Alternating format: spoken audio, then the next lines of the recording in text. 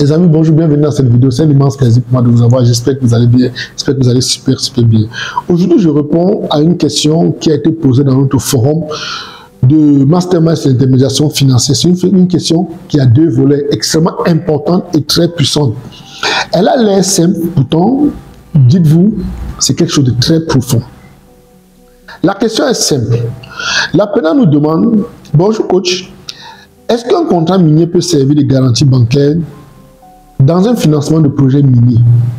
Et le deuxième volet de la question, c'est si on n'a pas une RWA conséquente, qu'est-ce qu'une banque peut nous ouvrir? Est-ce qu'une banque peut nous ouvrir une ligne de crédit dans le but d'être financé par SBLC? Si oui, quelles seront les garanties bancaires à mettre sur pied en jeu pour supporter cette SBLC? Et merci, agréable journée à tous.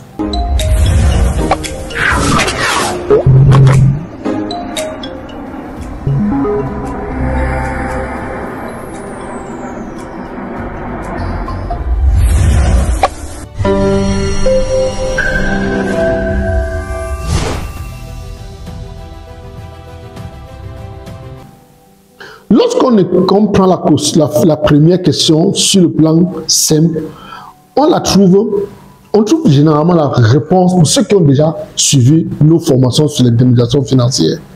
Parce que plusieurs fois, ou bien lors de la formation, nous avons parlé de l'intermédiation financière, nous avons parlé de différentes garanties, nous avons parlé de SBLC qui sont les garanties de paiement. Maintenant, on a affaire à quelqu'un qui a une mine. Il a un contrat d'une mine, et il n'a probablement pas les moyens pour pouvoir subventionner l'exploitation de cette mine. Est-ce qu'il est possible pour lui de prendre ce contrat et aller avoir les fonds sur le marché international grâce à SBLC? Cette réponse complexe, je vous invite à suivre cette courte vidéo d'Albert Zuma, le président de la GECAMINE en RDC. C'est un extrait d'une vidéo qui a été posée d'une interview d'Alain Foucault. Suivons-la et revenons après. Évident pour la GECAMINE. Des impôts pour l'État, pour nous reconstruire, rien n'est venu. Vous savez pourquoi? Parce que ces entreprises, elles ont pris nos gisements, elles sont allées les donner en garantie à des banques étrangères et elles ont emprunté. Au lieu d'amener des capitaux qu'on nous avait promis, c'est des prêts qu'on nous a amenés à des taux qui dépassaient 10% alors que nous savons qu'ils les avaient à 2 ou 3%. Dont les entreprises à qui on a donné les concessions sont allées gager les mines du Congo auprès des banques. Et ont emprunté alors qu'elles devaient amener des capitaux. Elles ont amené plutôt des prêts. Des prêts à des taux d'intérêt. L'État ne peut rien contre ça. Qui sont ces entreprises? C'est TFM, c'est KCC, c'est Roachi, c'est Sicomine. Toutes des entreprises, si pas occidentales, chinoises aussi.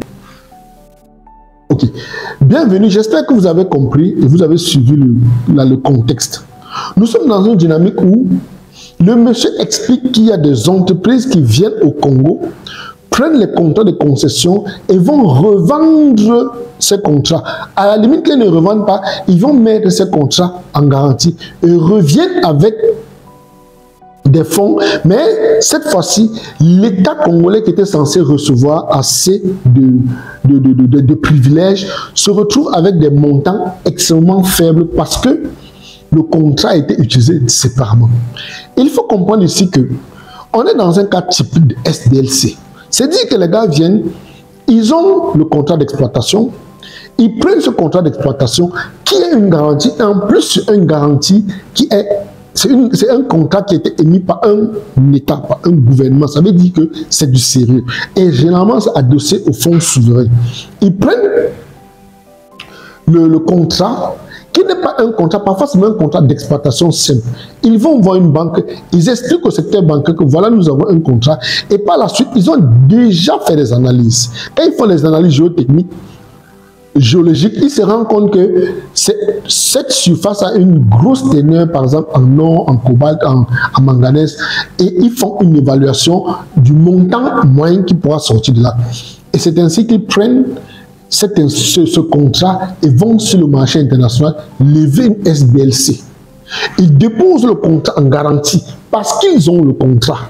Ils déposent le contrat en garantie et par la suite reçoivent des financements pour venir exploiter ensuite. Et la nuance derrière, c'est que lorsqu'ils ont ce contrat, quand ils vont par la garantie derrière maintenant est adossée directement au contrat. Ça veut dire que on vient, celui qui émet la SBLC a des conditions. Il dit par exemple que bon, ma SBLC que j'émets, tu dois me reverser 10% pour la location chaque année. Et les 10% sont excès dans le bénéfice de l'État. C'est ça la nuance en fait. C'est plutôt quand on fait le compte final que le bénéfice est sectionné et reversé à celui qui émet la SBLC. Ça devient quelque chose de très délicat. On a le même cas qui s'est passé en Guinée en 1997. L'État guinéen va donner un contrat de concession ou bien un contrat d'exploitation de la mine Simandou, la plus grosse mine de fer au monde. Et qu'est-ce qui se passe? Cette mine sera donnée à Rio Tinto, qui est une grande entreprise d'exploitation minière. L'État guinéen donne le contrat à Rio Tinto. Rio Tinto, qu'est-ce qu'il fait? Il dépose le contrat, il cherche à thésauriser.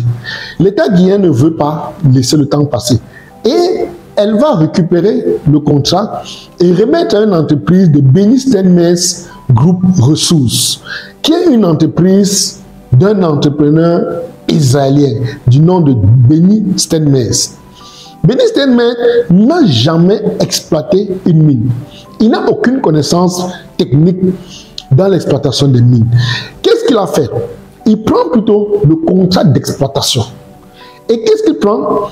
Entre-temps, Rio Tinto se fâche et se plaint que on les a pris un contrat et remettre à une entreprise qui n'a aucune connaissance dans le domaine minier. Et il prend ce contrat, il va sur le marché international lever un instrument financier. Et par la suite, il va revendre la mine à une autre entreprise. C'est ainsi que l'État guinéen se retrouve dans une situation compliquée. Et c'est l'une des raisons pour lesquelles Alpha Condé tombe. Parce qu'il se retrouvait dans une situation où les prédécesseurs avaient donné le contrat et ils voulaient récupérer, ils voulaient nationaliser les hydrocarbures, excusez-moi, ils voulaient nationaliser les mines du Congo, de la Guinée. C'est grâce à ça qu'il y a eu tellement de tractations et il se retrouve dans une situation compliquée. Ce que je cherche à vous faire comprendre, c'est que lorsqu'on arrive dans le domaine minier, il vous suffit d'avoir juste un contrat pour aller sur le marché international, lever des instruments financiers. Et lors de la formation, je l'ai dit, allez toujours vers des gens spécialisés dans le secteur auquel vous voulez vous lancer. Parce qu'ils sont en même de mieux faire des analyses, de mieux se projeter et de mieux comprendre dans quoi il est question.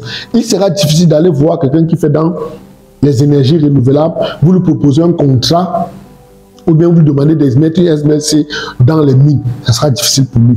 Donc vous comprenez par ici que, grâce à cette vidéo, vous comprenez que si vous avez un contrat, même dans un contrat d'habitation, vous avez un contrat immobilier, vous pouvez vous en servir pour aller sur le marché international, faire appel au fonds et puis vous faire financer grâce à une SBLC. Ça, c'est le cas de la première question relative au cas de SBLC et de la mine.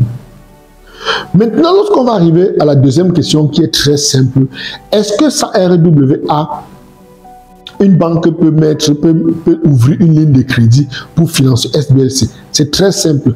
Il suffit, je dis oui, il suffit d'aller vers une assurance, prendre l'assurance qui va venir couvrir l'équivalent du montant demandé par la banque pour pouvoir émettre la RWA. Ça sous-entend que vous avez besoin de 100 millions pour peut-être acquérir une SBLC sur le marché international.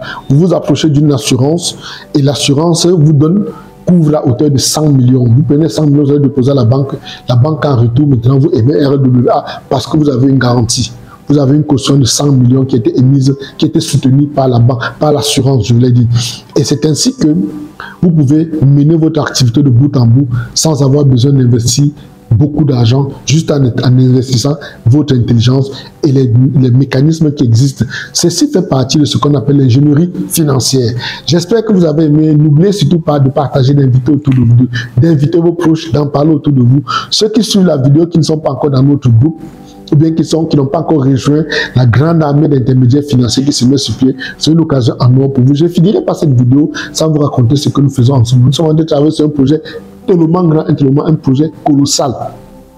Parce qu'il nous arrive à découvrir, en fait, parce qu'on a découvert que dans le monde aujourd'hui, tous les peuples font tout pour avoir leur autonomie, tous les peuples font tout pour être indépendants, mais nous sommes les seuls qui restent toujours dans les positions de subalternité.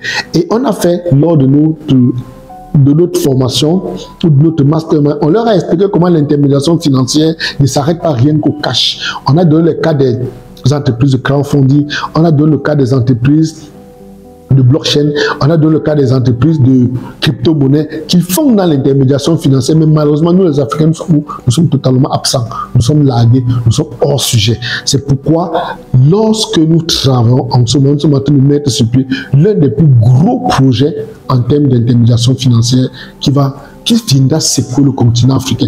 Parce qu'il est à un moment donné inadmissible qu'on soit toujours derrière, qu'on soit toujours à la traîne en train d'observer les gens. Regardez les gens comme étant tout le temps ébahis. Pourtant, nous avons la même capacité intellectuelle. Nous avons plus de capacité même que certains peuples. Mais ce qui nous manque, c'est la volonté et l'envie de réussir.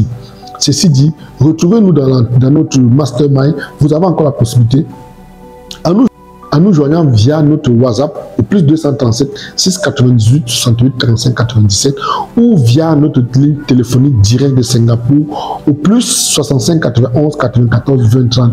Je vous aime, à la FIA, à bientôt.